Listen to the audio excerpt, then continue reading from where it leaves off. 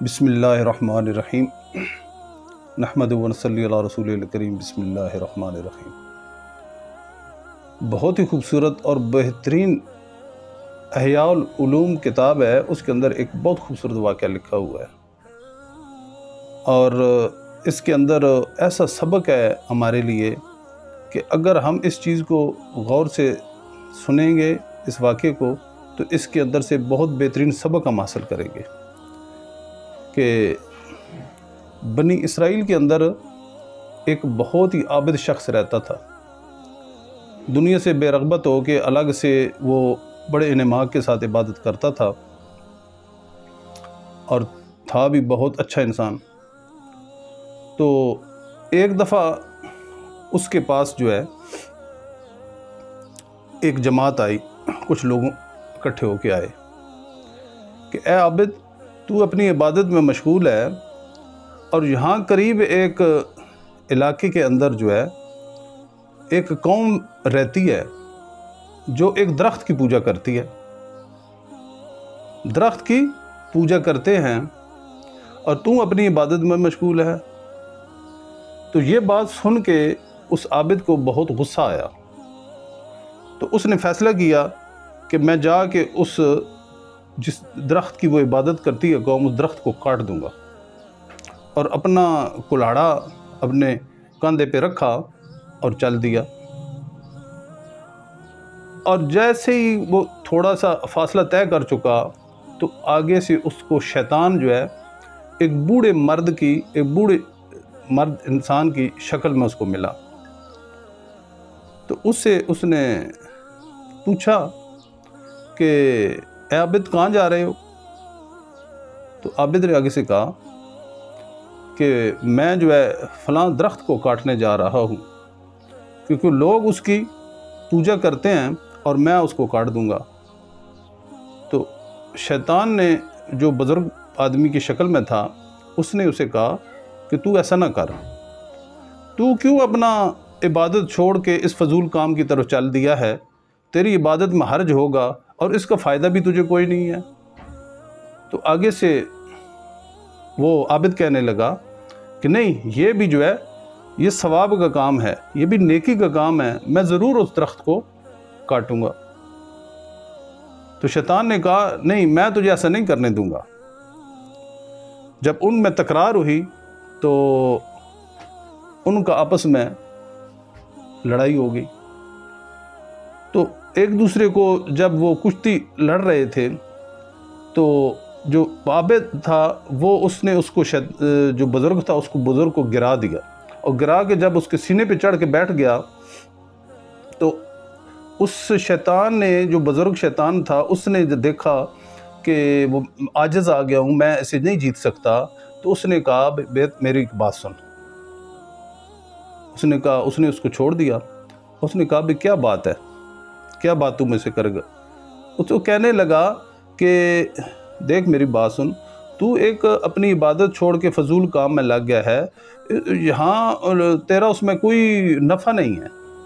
اگر یہ کام جو ہے نیکی کا ہوتا اور یہ کام برا ہوتا اللہ کے نزدیک، تو اللہ تعالیٰ کے بے شمار انبیاء ہیں، ان کے ذریعے، کسی نبی کے ذریعے اللہ تعالیٰ اس درخت کو کٹوا دیتا۔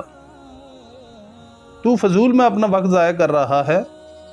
تو اس نے کہا کہ نہیں، میں جو ہے نا یہ درخت کو کاٹ کے چھوڑوں گا، یہ بھی بہت نیکی کا کام ہے، میں کاٹوں گا۔ تو دوبارہ ان کے اندر لڑائی ہوگی۔ اب دوبارہ جو ہے جب لڑائی ہوئی تو دوبارہ جو ہے وہ عابد نے اس شیطان کو، بزرگ شیطان جو تھا اس وقت، اس کو گرا دیا اور گرا کے اس کے پھر سینے پہ چڑھ گیا۔ اب پھر جب اس شیطان نے دیکھا کہ وہ عاجز آ گیا کہ اسے نہیں جیت سکتا، تو پھر ایک دو اپنا اس کے ساتھ کھیلا، اور پھر وہ اسے کہنے لگا کہ دیکھ، تو میری بات سن، اس میں تیرا بہت نفع ہے، میں تیرے بہت نفع کی بات کرتا ہوں۔ اس نے کہا کیا نفع کی بات ہے؟ اس نے کہا بھی تو اگر یہ درخت کاٹے نہیں نا تو میں تجھے، تو غریب آدمی ہے اور دنیا کے اوپر تو بوجھ ہے، تیرا کوئی پرسان حال نہیں ہے، تیرے بیوی بچے بھوکے ہیں گھر میں، اور تجھے میں روزانہ 3 سونے کی اشرفیاں لا کے دوں گا، اور جو تجھے روزانہ تیرے سرانے کے پاس پڑی ہوئی ملیں گی، تو اس بار جو ہے نا وہ بزرگ، اور تو اس سے مختلف کام لے سکتا ہے، اپنے بیوی بچے پال سکتا ہے اس کے ساتھ، اور اس کے ساتھ صدقہ اور خیرات تو کرے، لوگوں کی مدد کرنا اس کے ساتھ تو کرے گا، تو اس سے تیری نیکی میں اضافہ ہوگا۔ ادھر ایک نیکی تو حاصل کرے گا، اور ادھر تو اس اشرفیوں کے ساتھ بے شمار نیکیاں تو حاصل کر سکتا ہے۔ تو یہ بات اس عابد کی سمجھ میں آ گئی، اور اس نے کہا بھئی ٹھیک ہے، میں تیری بات کو، ادھر زیادہ نیکیاں ہیں اور ادھر ایک نیکی ہے۔ اس نے کہا بھئی ٹھیک ہے، تو اس نے وہ واپس گھر چلا گیا۔ تو اگلے دن جو ہے حسب وعدہ وہ شیطان جو ہے وہ اشرفیاں لے آیا، اور اس کے سرانے پڑی، وہ جاگا تو اشرفیاں پڑی ہوئی تھیں اس کے پاس، اور اس نے ان کو استعمال میں لے آیا گھر والوں کے لیے، اور صدقہ خیرات بھی کیا، سب کچھ۔ اگلے دن پھر اسی طرح حسب معمول وہ اشرفیاں اس کے پاس لے آیا، اور تیسرے دن جب ہوا تو وہ اشرفیاں نہیں لے کے آیا۔ اس عابد کو بڑا غصہ آیا، اور دوبارہ کلہڑا اپنے کاندھے پہ رکھ کے پھر چل دیا۔ اب جب دوبارہ یہ گیا تو تھوڑی دور جا کے دوبارہ وہ پھر بزرگ جو تھا شیطان پھر اس کو ملا۔ اس نے کہا پھر آپ کدھر جا رہے ہو؟ اس نے کہا تم نے اپنا جو ہے وعدہ جو ہے وہ توڑ دیا ہے، اس لیے میں جا رہا ہوں درخت کو کاٹنے۔ اس نے کہا تو نہیں کاٹ سکتا اس کو۔ دوبارہ پھر ان کے اندر دونوں میں لڑائی پڑ گئی۔ اب وہ کافی دیر جب لڑتے رہے تو اس بار جو ہے وہ جو شیطان تھا، بزرگ تھا، وہ اس عابد کے گرا کے اس کے سینے کے اوپر چڑھ کے بیٹھ گیا۔ عابد بہت پریشان ہوا کہ پہلی 2 دفعہ میں جیت گیا، اور اس دفعہ یہ کیوں جیت گیا؟ اس نے کہا میرے سینے سے اتر۔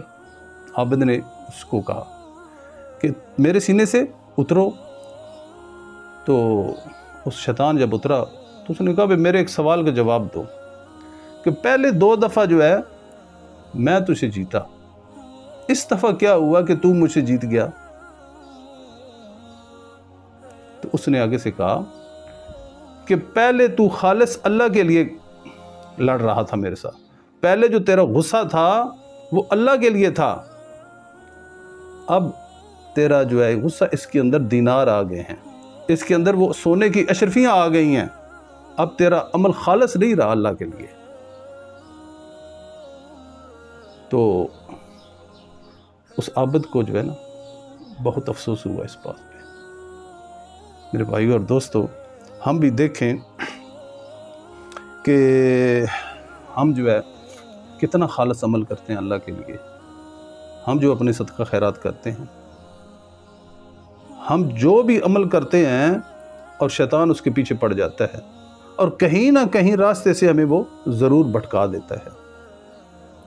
اس لیے حضرات فرماتے ہیں کہ جب بھی کوئی عمل کرو تو اس کے بعد اپنی نیت کو ٹٹولو، اس میں جھانکو کہ یہ جو میں نے عمل کیا ہے یہ خالص اللہ کے لیے کیا۔ اگر تو وہ خالص اللہ کے لیے ہے تو اس پہ اللہ کا شکر ادا کرو، اور کہیں نہ کہیں اگر اس کے اندر جو ہے کھوٹ ہے، ملاوٹ ہے، دکھاوا ہے، ریاکاری ہے، لوگوں کے اندر دل کے اندر آتی ہے کہ اس سے میرا نام بن جائے گا، میرے جو دنیا کے اندر نام بنے گا، لوگ مجھے بڑا سمجھیں گے، سخی سمجھیں گے، تو میرے بھائی اور دوستو اس عمل کا کوئی فائدہ نہیں ہے۔ جو بھی عمل کریں خالص اللہ کے لیے کریں، اور پھر استغفار اس کے اوپر کریں کہ اس میں یا اللہ جو کمی کوتاہی رہ گئی ہے وہ تو مجھے معاف کر دے۔ ذکر کریں تو خالص اللہ کے لیے کریں میرے بھائی اور دوست، صدقہ کریں تو خالص اللہ کے لیے کریں۔ جو کچھ عمل کرتا ہے، نماز پڑھیں، روزہ رکھیں، عمرے پہ جاتا ہے بندہ، حج پہ جاتا ہے، تو اس لیے میرے بھائی اور دوستو ڈرتا رہے بندہ اللہ سے ہر وقت، اور یاد رکھیں خالص ہی عبادت اللہ پاک پسند کرتے ہیں۔ ایک قیامت والے دن جو ہے ایک شخص جو نامہ اعمال جو ہے لے کے جائے گا، اور 1% اس میں جو ہے نا 99% خالص عمل ہوگا اور 1% اس کے اندر دکھاوا اور ریاکاری ہوگی، تو اللہ پاک اس کو پھینک دیں گے، اللہ قبول نہیں کرتے۔ کیوں؟ کہ جیسے اللہ کی ذات خالص ہے، اسی طرح عمل بھی خالص پسند کر فرماتی ہے۔ کیوں؟ کہ اللہ ہمارے خالق ہیں، مالک ہیں، رازق ہیں۔ اس لیے میرے بھائی اور دوستو، جو کچھ عمل کرے وہ خالص اللہ کی رضا کے لیے۔ السلام علیکم ورحمۃ اللہ وبرکاتہ۔